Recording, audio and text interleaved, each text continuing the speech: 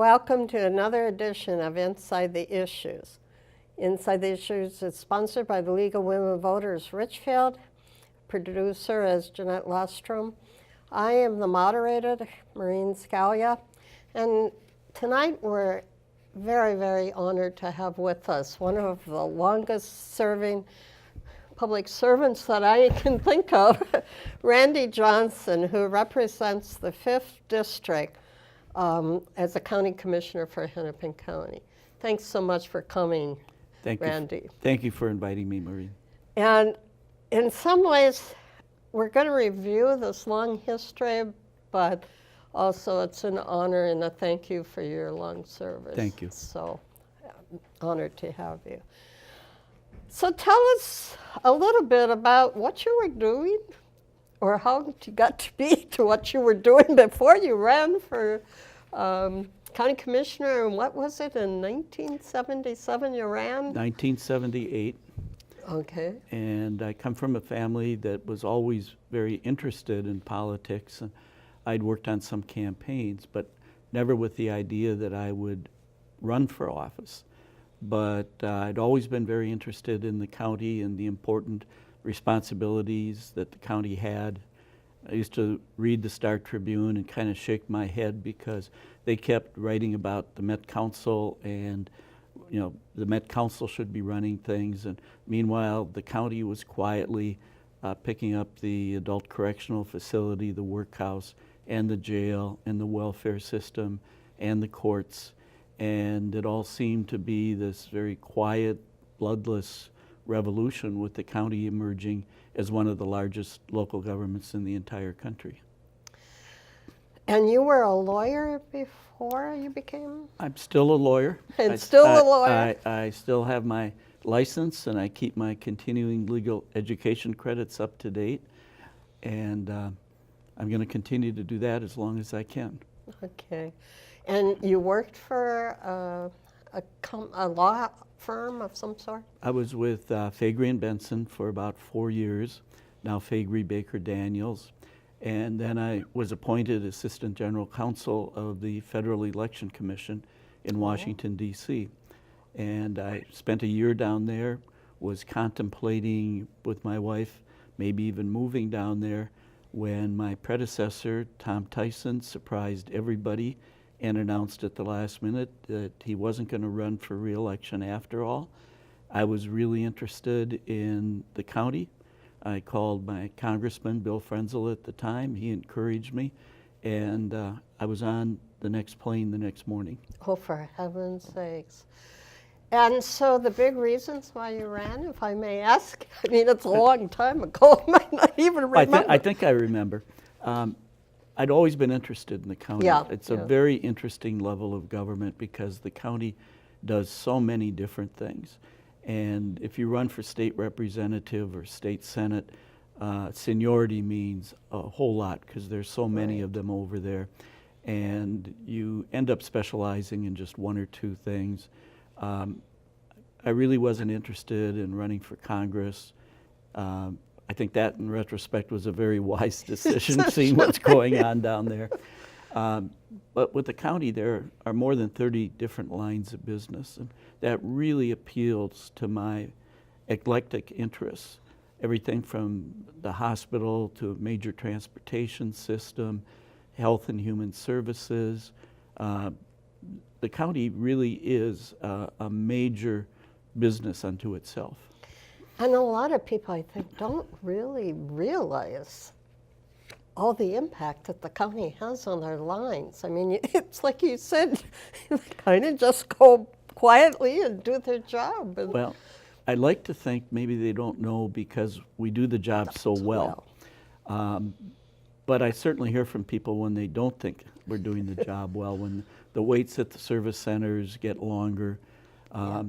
I get very, very few complaints about the library system. It is considered one of the best library systems in North America, and we're very proud of that. It's very, very heavily used in our district in particular. So, and we're going to get to some of those areas in a few minutes, but first of all, the first year, what did you think?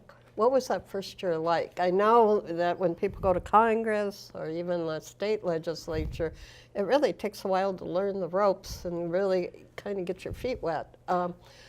Did you find the same thing, or was it? It's a really sharp learning curve.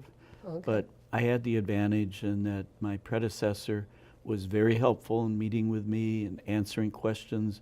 I was going out to look at county functions, everything from ride-alongs with the sheriff to volunteering in the emergency room at Hennepin County Medical Center.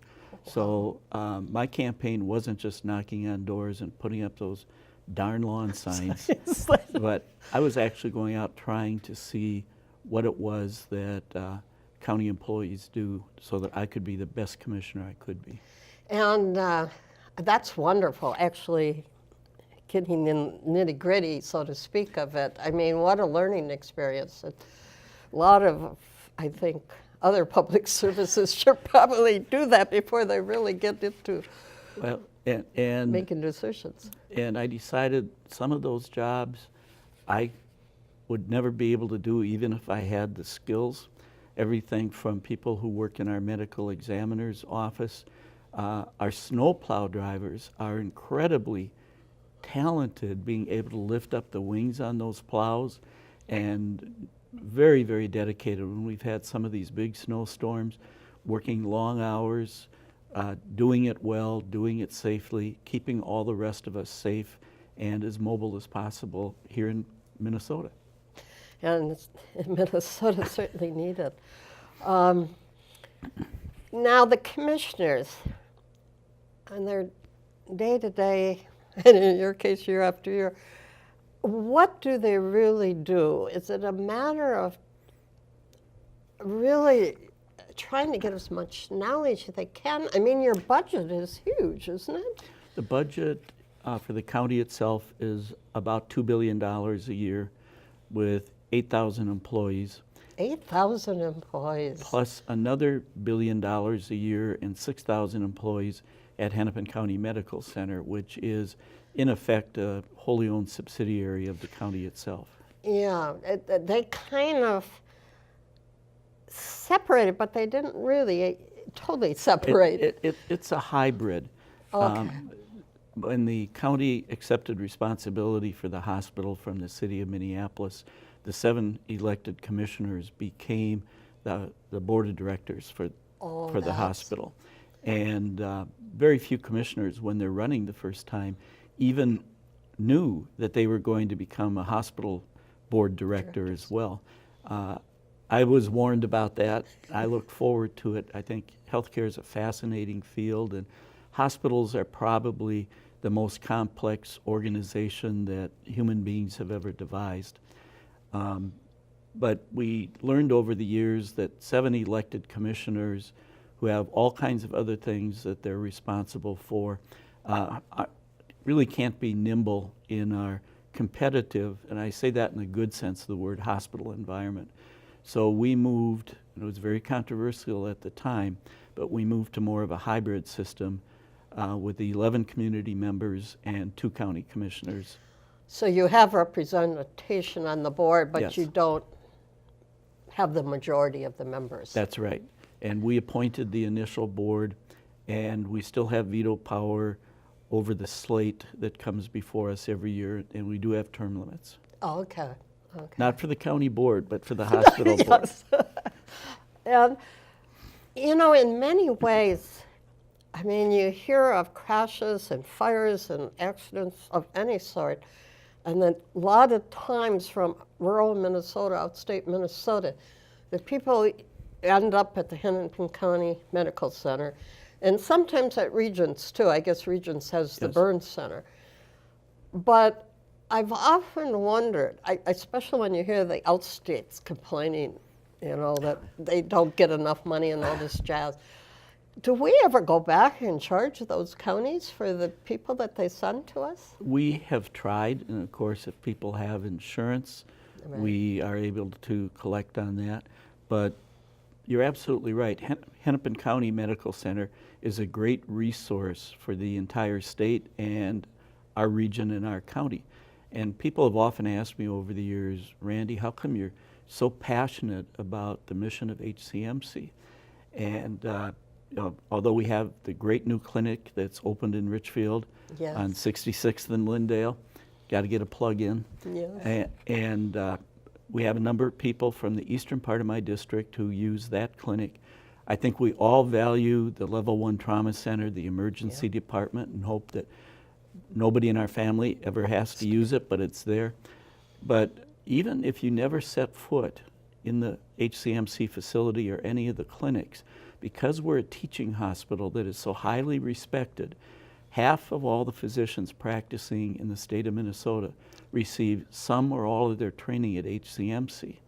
And when I speak at the new residents' dinner in the fall when I can, I say you come from the top medical schools, East Coast, West Coast, Canada, a few from abroad, and under the black box matching system, you put in where you want your residencies, and we get to choose, and it all goes into this black box I still don't fully understand, how it works. but we get the best and the brightest. I say, you all think, especially if you came from the South, that you'll do your residency and then go back, but I'll tell you, if you make it through the second winter here in Minnesota, the odds are overwhelming that you're going to practice the rest of your career here. That's a very valuable resource for us. I knew, I mean, I worked at the University of Minnesota in the Academic Health Center, and, you know, very much involved with the medical school. But I had no idea that 50%. It's about 50%, and a lot of other professionals, nurses, technicians, receive ongoing or initial training at HCMC. So that's a resource that you can't even put a dollar amount on. Do we get money from the state? I mean, I'm beginning to get a little ticked off here. We get some money from the state, and of course, a fair number of our patients are on medical assistance Okay. or Medicare. And we do get some money from the federal government, but it seems that we get less and less Every as we year. get more and more people. Yeah. But you're absolutely right. We get many patients from greater Minnesota, outside of the region. Many of them have insurance that pays quite well compared to public programs. But I think it's worth the additional tax money, property tax money that we put in to keep that great resource here and Close alive. to home, yeah. So that was one thing a lot of people don't understand is the intimate relationship between the county. So county budget, we elect a sheriff, we elect the county attorney, but the funding for those, along with all the other things the county does, is that totally from the Hennepin County budget that the commissioners control and look at, balance and all of that? Almost entirely. We just completed budget hearings for 2017, and we passed and approved both the county attorney and the county sheriff's budget. Basically, they tell us where they're going to spend it, but they operate their own departments. If either one is unhappy with the county board, and this has happened a number of times in counties other than Hennepin, the sheriff can take the county board to court, and somehow the sheriff always seems to win. We've never faced that situation. Well, that's incredible that you have never faced it. Obviously, the working relationship through the years with whoever was county sheriff and whoever was county attorney has worked out very well with everybody. Well, I think the commissioners have had their differences with each of the three sheriffs who have been there during my 38 years. Same with the county attorneys. Mike Freeman, our current county attorney, and I have been good, close friends ever since law school. We were study partners together. Oh, I did not know And even that. though we've had political differences, see things somewhat differently, we've always been able to work well together. That's fantastic. So that must have been University of Minnesota law University of Minnesota, Law School, 1974. 1974. So it was only 4 years after you graduated from law school, and you said you were with that firm for 4 years. Right. So you must have joined them after law school. Right. So the budget must take up a lot of your time as a commissioner. I would say allocating resources among our 30-plus lines of business takes more time than any other single activity, except I've been on the hospital board most of my time since we made the reform 10 years ago.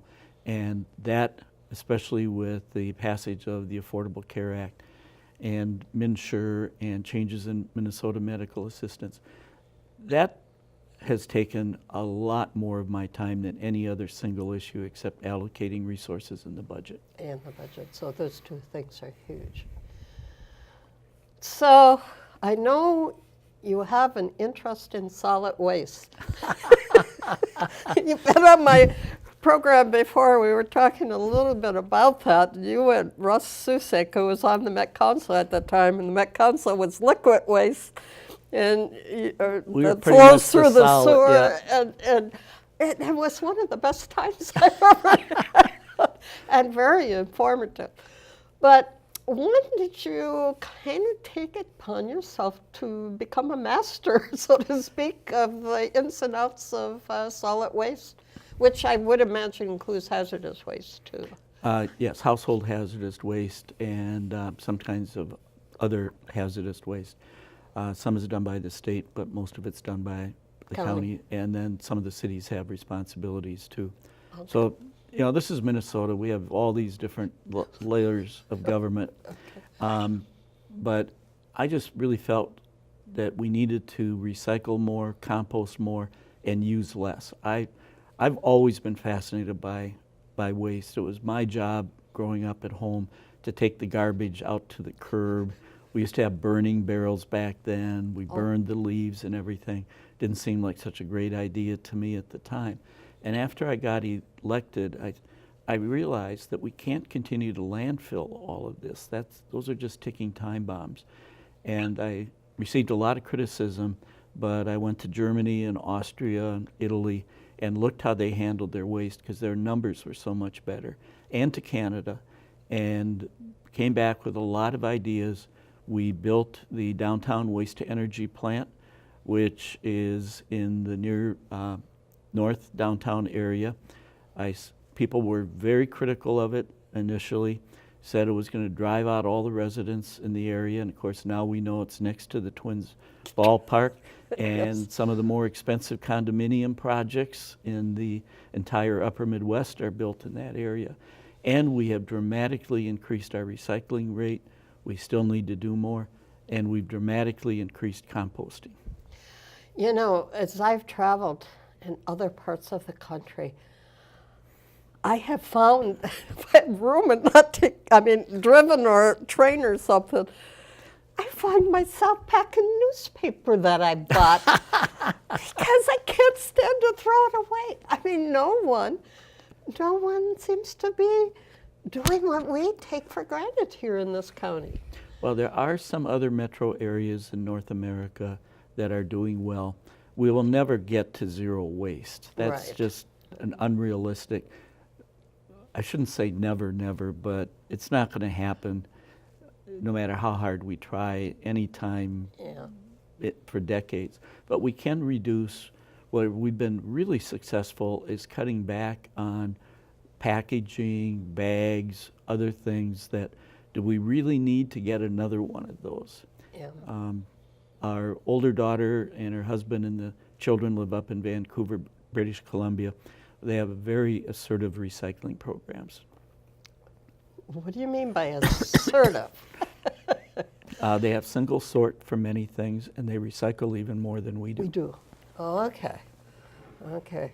And I can attest that the latest, at least as far as I've heard, my daughter-in-law and son, the daycare center downtown Minneapolis requires compostable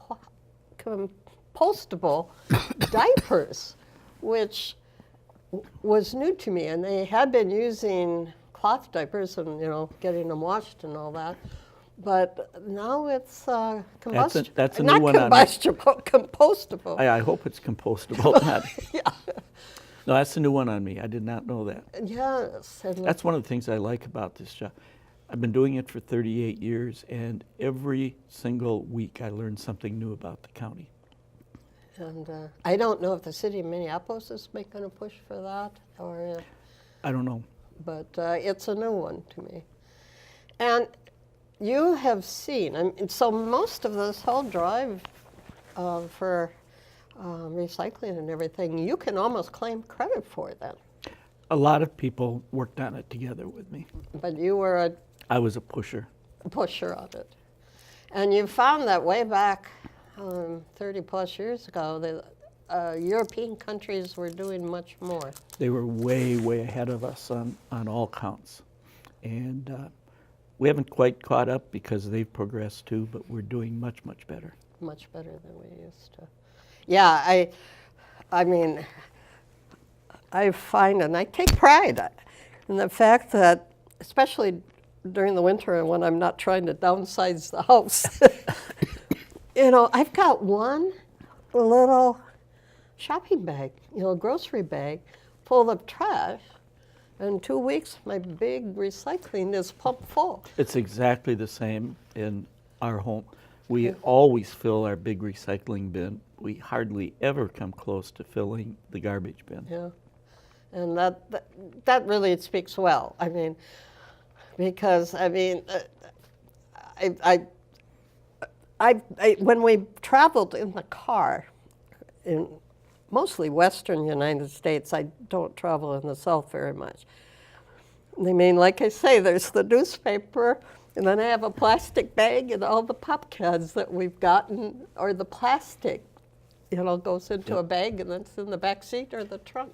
Well, aluminum cans are recycled at a pretty high rate all over the country because that consistently has high value. Yeah. But the markets for old newsprint and cardboard and plastics seem to go up and down.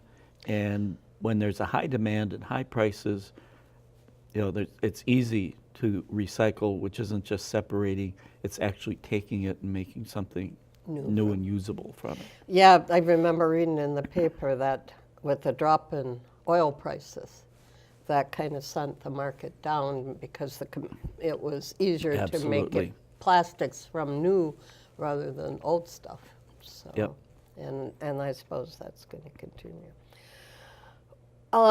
Yes. Hennepin County really almost demands that the garbage companies do not use landfills. I should take that back. The residential collection, it mostly all goes to the incinerators. Well, we recycle and compost the most. Right. And then the waste to energy plant gets the next most. And other than when it's down for routine maintenance once a year, we landfill so much less than we used to. And the energy generator is used too, correct? That's right. We generate steam. Parts of the Twins ballpark are heated with that, and I forget the exact number, but I think we end up generating enough energy for 20,000 homes. And that's a Something large significant. amount. Yeah. I know. I think she said this publicly. Our Richfield Bloomington representative wasn't sure about and was initially kind of opposed to the incinerator plant. So she took a tour through it. She came out, it was 180 degrees from where she was going in terms of being in favor of it. So, Well, when people are open-minded yeah. and they see how it's run, that it was a state-of-the-art technology when it was built about 1990, and we have been very, very careful when any new technology comes up for cleaner emissions to do other improvements, that we are willing to spend the money and do that. Well, we've talked a little bit about the libraries. A wonderful system. Libraries are being rebuilt. They're closed for a year or two and then come back. Beautiful buildings. I know the Star Trib just put did a photo shoot. A positive story in the Star Tribune about local government. Yeah. No, it's an amazing library system, and we've tried to keep the buildings up to date. There were no computers in the libraries when I was first elected. And we keep thinking with the expansion of internet and digital communications, people will stop coming to libraries and stop taking out books. And that just plain hasn't happened. More and more people, especially in my district, Richfield, Bloomington, Eden Prairie, are heavy, heavy users of the library. We try to keep the buildings attractive. We did some major remodeling last year at Augsburg Park. Yes. We've updated Penn Lake. It seems no matter how big we build a library in Eden Prairie, build it and they will come. And of course, Southdale's not quite in my district, but it's used by a lot of people from Bloomington and Richfield. Yes, and that one's kind of near and dear to me. I live on the west side of Richfield, so really that's my library. It's so close. And now that I've retired, I've decided to pay back for all the hours of taking out books that I did. I now shelve books. Great. And I absolutely enjoy it. Of course, I have to almost prevent myself from walking out with more books than I can read. Well, but they're going to be, I think Southdale is meant to stay at the same place. our plan is to stay in the same site and work with the city of Edina and the city of Richfield to do a mixed-use development. We're not sure what that means. Might mean some offices, some residential. We absolutely do not want to build a 10-story building there because of the shadow effect on the homes in the west side of Richfield.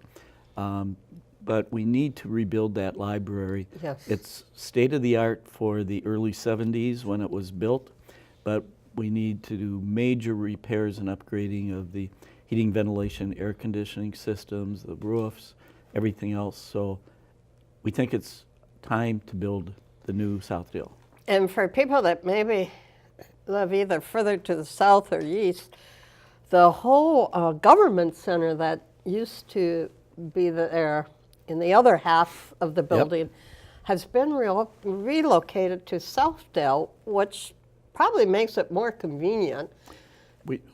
I mean, you were a part of that decision to move that. Why did that happen? I mean, I think I know some of it, but let's let our listeners. We needed more room for the service center, and there was space available at Southdale, more convenient parking. We decided that this would make sense to serve our customers better. Once again, we were operating in a building built in the early 70s when everything was done on paper, and we couldn't handle the volume. And just above the service center is the court system, which again was well thought out at the time, but now that we have weapon screening in all of our courtrooms, it would just be prohibitively expensive to build a waiting room for people waiting to be screened. Oh, sure. We really don't want people standing outside in line for an hour if it ever takes that long during the winter. Yeah. So we worked with the city of Bloomington, entered into a cooperative agreement at the Bloomington Civic Plaza City Hall property, and we expect to begin construction on that in early 2017. Oh, okay. So they're still in the old building then? Oh, okay. For some reason, I thought that whole half was empty. Maybe it was just because what you see from the street level, right? Yeah, is empty. Okay. Probably in terms of the library, one of the biggest things during your term was that merger with the Minneapolis system. That seems to be working very well, except for some of the people don't like the filing system. You went with the Library of Congress. Yeah. Yep. But other than that, is it working out from the county perspective? I think it's worked out well. We probably rushed the consolidation a little too fast. Maybe we should have done a bit more due diligence on some of those Minneapolis buildings. Oh, okay. But I think it's worked really well. And unfortunately, Minneapolis was in a downward spiral where they were going to have to be continuing to close a library a year. And I think everybody who lives in the county deserves to have access to a good quality library system. And the downtown library is a federal depository library. And we think it's very important that we have an available federal depository library with access to everything that that means. I'm going to ask you what that means. I'm not sure. I know. We are one of, and I don't know how many there are, federal depository libraries, which means we get documents from the federal government and other agencies that we can keep on file and have access to people. Not everything is online yet. Oh, I see. So people, if they need a kind of a not very well-known document, not used by very many people, just a subspecialty, That may be older for some reason. and old, they can get it through the Minneapolis Library. Okay. And we've been pretty seamless for many, many years. You can use your library, you could use your library card at either a Minneapolis or a county library, and now it's all one system. We've actually achieved some efficiencies of scale by doing that too. Okay. So far, kind of what we've talked about has been more the urban core, I almost call it, maybe first and second rings. But there is a rural part and still a farm part of Hennepin County, which I think makes it very unique amongst big cities across the nation. The northwestern quadrant of Hennepin County still has a number of working farms. There are still several working farms in my district in Eden Prairie. There are. Down along the river bottoms. Seaver Peterson and others still have working farms. And it does make us unique because people think, well, you're an urban suburban county, and we definitely are. But we still have a rural component when you get into some of the smaller cities up towards Hanover, Corcoran, Rockford. Rogers is pretty much developed over the last 10 or 12 years, but you still see cows and corn in rural Hennepin County. I had forgotten that you go that far out. You know, I think people don't even realize that as they travel 94, that there's in rural Hennepin County. Yep. So you cross Crow River if you're going up to a cabin or going up north, then you're getting out of Hennepin County. But So Crow is the, Yep. okay. that's part of our boundary there. That is the That's the Rogers boundary. Rogers boundary. And that makes for a little bit, you know, obviously commissioners representing those districts have a little bit different needs. So I'm going to ask you, how does the board work together? I mean, there's probably been some interesting personalities. We won't name names, but there is a very diverse interests and priorities amongst the county board, but we never hear of total eruptions going up at the government center. Well, we have 7 very different districts, quite different districts, and 7 different commissioners. And our board has gotten along very well for a decade or two. As you well remember, when I was first elected, that was not the case. And actually, one time, one of the TV stations had some clips of commissioners arguing with each other and throwing things. And at the very end, it was, That's right. That's all, folks, from the cartoon. We were known as the Bad News Board. At one time, it was so bad that we had a national agricultural newspaper come and wanted to do stories about landfills and what we were doing. And 3 of the commissioners refused to have their picture taken jointly with the other 4 commissioners. And so when the story ran, you had the 3 commissioners and then you had the 4 commissioners. And that was probably the depths of that. But we have really gotten along much, much better. Few of our issues really are decided on partisan lines. And we are under the law in Minnesota, a nonpartisan office. When That's people right. go to vote, it says right there, not elected by party designation. I think that has helped a great deal because most of our issues don't divide along partisan lines. I tell people there's not a Republican way to plow the snow and a Democratic way to plow the snow, but then I joke, but the Republicans usually want to plow the right side of the road first, and I think the Democrats start with the left. But, That's good. you know, much of what we do has little or zero partisan implication. Okay. That's one of the reasons I'm so glad I'm a county commissioner and not a state legislator or in Legislature, where you Congress. get into that gridlock type situation, which doesn't serve anybody. Doesn't serve anybody. No. Does it? What we do, we're closer to the people, and what I tell people, what we do is so important. We can't afford to engage in that type of non-productive behavior.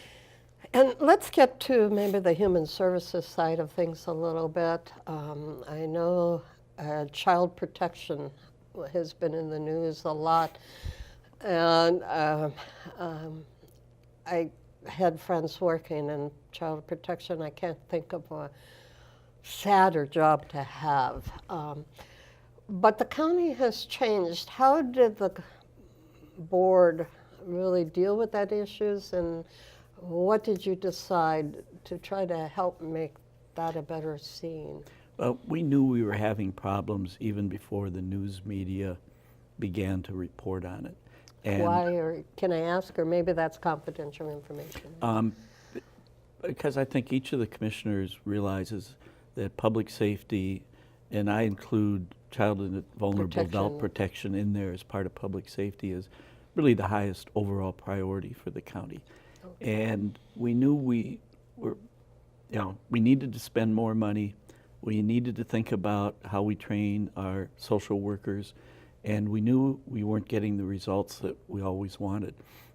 So we asked the Casey Foundation to come in and be brutally honest with us with what we could do, what are best practices elsewhere in the country.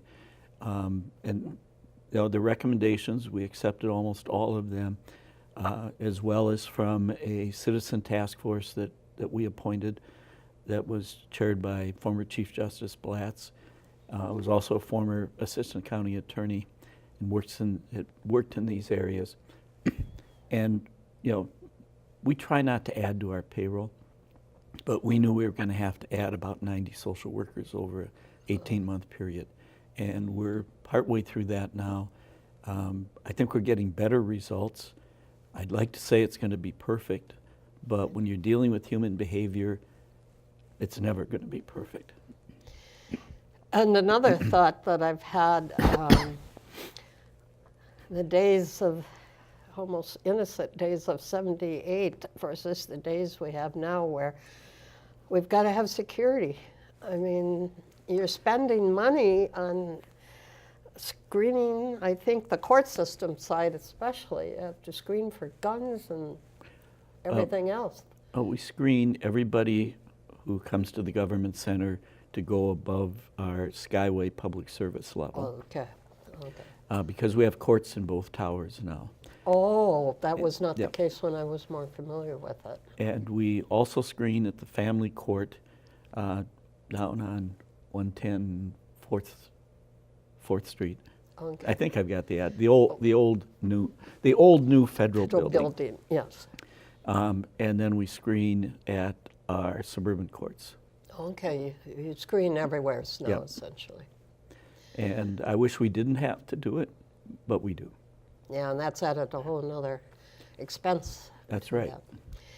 And now the jail system, there's the county jail, but then are there also other places that, juvenile, does that come into your whole? Well, we have the Juvenile Detention Center, That was what which I is was thinking. downtown, and the county homeschool out in Minnetonka, which is for sentenced juvenile offenders. Okay. We operate a residential cottage system out there for that. And then a number of the larger cities, not Minneapolis, have their own holding facilities of some kind. But anybody that the sheriff would arrest would go to the county? Almost certainly. Jail. And our sheriff doesn't do much patrol anymore. Definitely in that northwest quadrant area, I was the going to smaller say cities. that's a rural. And then we cooperate with Bloomington Police, certainly Metropolitan Airport, cities that have a definite need, Minneapolis downtown, and you'll see sheriff's deputies working right alongside Minneapolis police, other local police departments. So that's a whole another part and parcel of where the money goes, so to speak.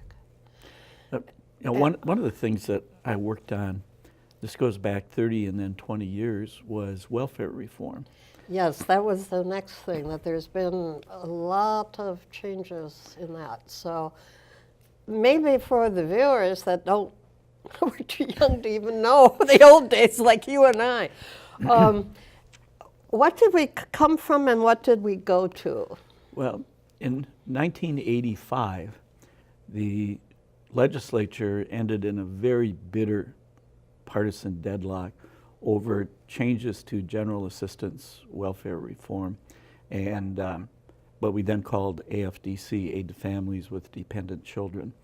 And Governor Rudy Perpich loved to appoint blue ribbon bipartisan commissioners. I never did find out what the blue ribbon meant. And so he asked for recommendations from the Republican Speaker and the Democratic Senate Majority Leader. And Governor Perpich appointed Monsignor Boxleitner, the head of Catholic Charities at the time, and me to co-chair this group. And then he appointed people that kind of stretched out pretty far right on the spectrum, and I would say really far left on the spectrum. And we had our first two meetings, and I think we were better behaved than the legislators, but we weren't getting anything accomplished.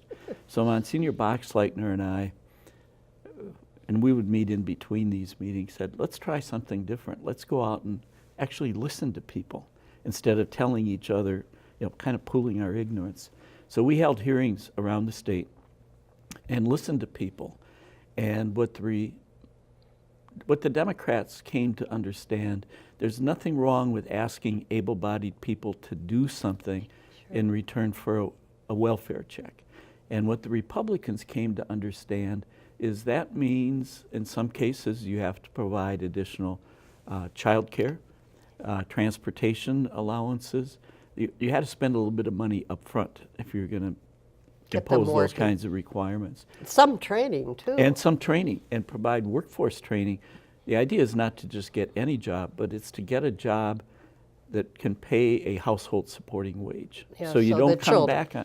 And we also found out from our studying, most families in Minnesota at that time, and I think now, use welfare appropriately.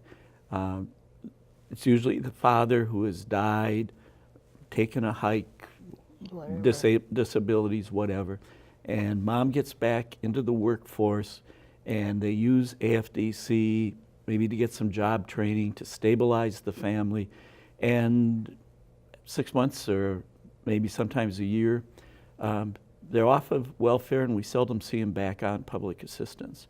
But at the same time, a much smaller number of people were on for 10 and 15 years. And we decided that we should concentrate on those people because we could almost tell on the day they apply which group they were likely to be in.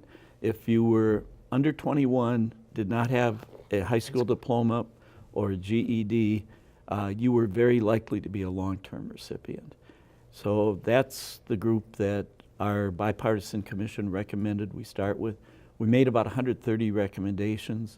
Legislature adopted almost all of them on a bipartisan basis over the next year or two. And then Governor Perpich and Monsignor Boxleitner and Human Services Commissioner Sandy Gardebring and I made numerous trips to Washington, D.C. on a bipartisan basis to get the waivers that we needed from the federal government to do this. And we had figured out how to work with each other. They hadn't figured it out, and I have to say, on a bipartisan blame basis, Democrats weren't and any it's better than the worse. Republicans, and things were better back then than they are now. They at least talk civilly to each other. Yep. But Yeah, that's really amazing. I mean, I knew that this had happened, but I didn't realize that you, and then it was Monsignor Bucks later, that had really had to take the bull by the horns and run with it and get it moving. yeah, and about 10 years later, when President Clinton signed the federal welfare reform, it pretty much followed the Minnesota model because we had remarkable success with that model. It really worked much better than what our neighbors in Wisconsin were doing, which was a work-first model, and then if that doesn't work for you, we'll try to think of something else. And unfortunately, that good work has kind of been chipped away both nationally and in Minnesota, but I believe in that model, and we know it works. And it really does keep the dignity of the Yes, person and that's very important. center point. So that is just tremendous. Well, another feather in your cap. They're all over the place, those feathers. Well, You're going feathers- to need a bigger hat. Feathers in a lot of people's caps, Marie. Yeah, because you obviously couldn't do everything by yourself. Highways. Let's talk a little bit about highways. Obviously, now that can generate a lot of, and the county is going to a little bit different model, safe streets and all of that kind of thing, multi-use. I mean, we don't just build a road for cars anymore. We are trying to be friendlier to bicycles, friendlier to pedestrians. Both are important modes of transportation. It's not all going to be cars and light rail transit. Yep. I know Richfield is just seeming a non-ending stream of streets. The big one, of course, is 66th Street, and the county played a big role in that. In fact, that's a county road. That's a county road. And so does the board pretty much let the highway department do their things and you just try to find the money for it? Or, No. Or do you really get involved in that and prioritize projects from the districts and stuff like that? We definitely get involved in prioritizing, holding public hearings in the various affected communities, talking amongst ourselves at public meetings about priorities. We have a 5-year capital plan and then a rougher 10-year idea plan, because few of these capital projects get done in 1 year. Yeah. So that's an important part of your job, to really go over what maybe the fellows in the highway department are proposing, but it's up to you guys to really look at them and pluses and minuses and who comes first. Well, engineers like to pave large amounts of property. I think they learn that in engineering school. It's what they do. It's what they do, just like lawyers go to law school to learn how to write hundreds of thousands of words in the document they call a brief. Yeah. We look really hard at what the engineers and the staff proposes. We have a citizen task force appointed by the board, our capital budget task force, that goes through the entire capital budget, both the current year and future years, every year. And we don't always listen to the staff. Our capital budget task force almost negotiates sometimes with the staff to get the best, most equitable result that we can. There is no secret money printing machine in the basement of the Hennepin County Government Center. No. And I suppose staff thinks of all the things that need to be done or maybe should be done, but you guys have to find the money for it, so therefore. Yep, and that brings up Southwest Light Rail Transit. Oh, yes. We had what I believe will be the final county board vote on that several weeks ago to go forward. Reluctant vote to put in more money because we believe the state didn't live up to the deal that we thought we had. But I think that's an important transportation link for that part of the county. It's not going to solve everything. It will take some vehicles off the highways, but I think it fits into a 21st century transportation system, which is going to someday include self-driving vehicles, Uber-type vehicles, not just 1 or 2 passengers, but more the multi-rider type passengers. But we have large businesses out in that Eden Prairie, Minnetonka area, United Health, Optum, others, and they need a convenient way for their workers to get there, and that's very important for our 21st century workforce. And the gridlock, I mean, we talked a little bit about it, but the traffic on 35W and 494, but it's just unbelievable now. I mean, the crosstown comes to a crawl between 100 and France, going both ways, Yes. and both morning and evening. And people just need, and now the county was involved in Hiawatha too, wasn't it? We were very involved with the Hiawatha LRT line, and we had some reluctance by some of the previous governors for an active state role. Governor Ventura, elected in 1998, was a strong supporter of light rail transit. And I did not know that. And so I met with him a number of times. Jesse Ventura grew up about a block away from our house in South Minneapolis.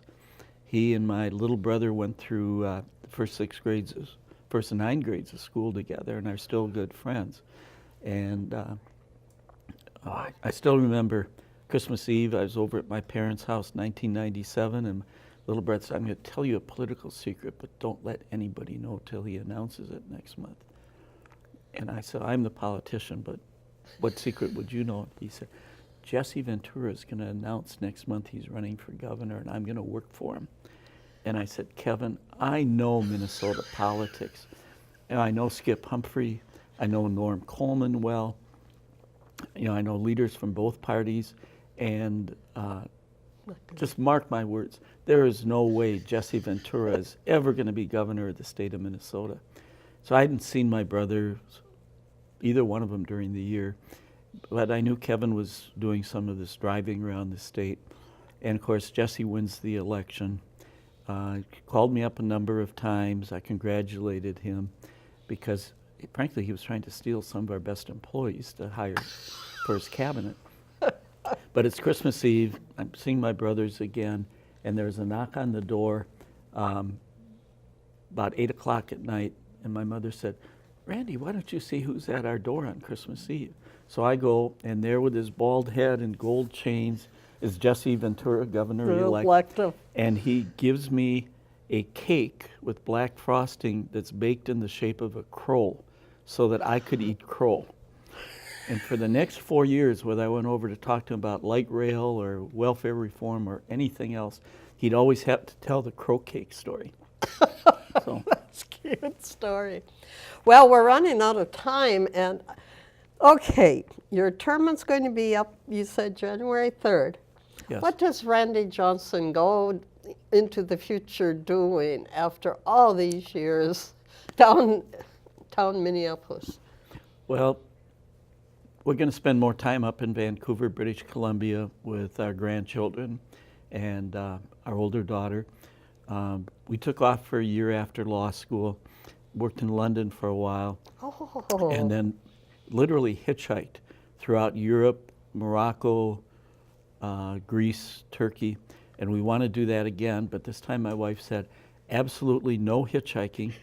And backpacks may be okay, but this time they have to have wheels and retractable handles. So we want to do that. I've always wanted to spend a Minnesota winter in New Zealand and Australia where it's warm. So we want to do that. Oh, wonderful. I really want to go to Cuba. Interesting. And I've talked to Senator Klobuchar about possibilities there because she's been to Cuba a number of times. So we're going to be doing some travel. What a wonderful future. Quickly, we only have a couple minutes. Why Cuba? I've always been interested in Cuba, mostly because I don't like cold weather in winters. Well, yeah. But fascinating culture, and A very old one. yep.